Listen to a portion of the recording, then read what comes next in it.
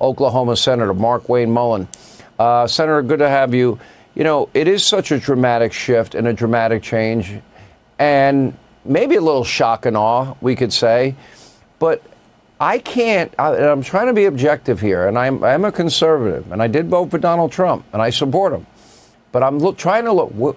I can't think of a single policy that I can say Joe Biden was successful on. Maybe you can think of one and tell me.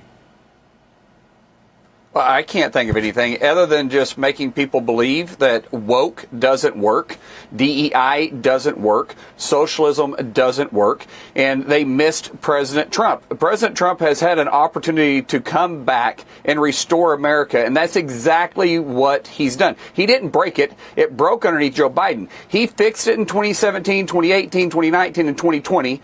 And then we ushered in this woke agenda that the American people got hoaxed into believing that, that feelings for some reason should play a role in politics. And then all of a sudden, President Trump came back and he's restoring people's hope. For the first time in decades, Sean, you know this, that the American people are optimistic about where we're headed as a country.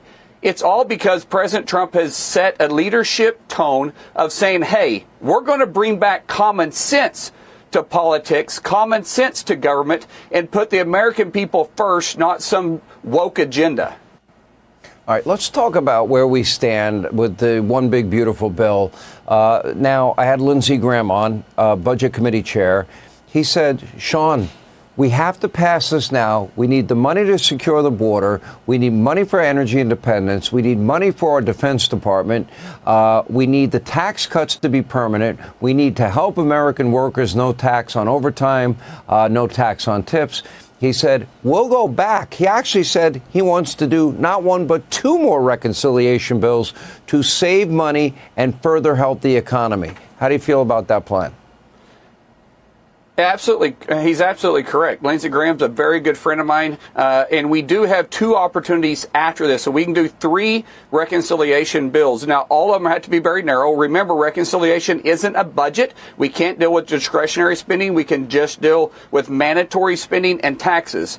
This first bill is putting us on the right track. It's moving us in the right direction. Cutting $1.6 trillion is what the House sent to us. I think we're going to actually do better than that. $1.6 trillion in deficit spending.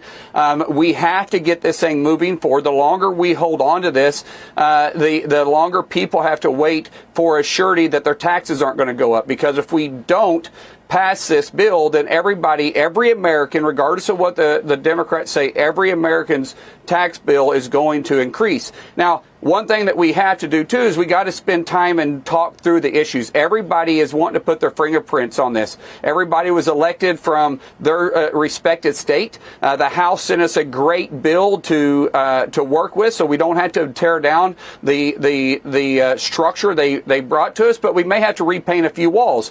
At the end of the day, all these ideas we're hearing from our colleagues, they're all great ideas to make the bill better, and we want to. But we have to deliver something that can get 51 votes in the Senate. It has to be able to pass the House, whatever number that's going to be, if it's going to be 218 or 215, depending on how many people took a walk or fell asleep. And then we got to get to the president's desk. When we do this, you see the stock market rallying today. When we've passed this bill, the stock market is even going to rally stronger and heavier than what we've seen in at least 4 years. Yeah, I mean, it's that crazy. All right, Senator Mark Wayne Mullin, we appreciate your time.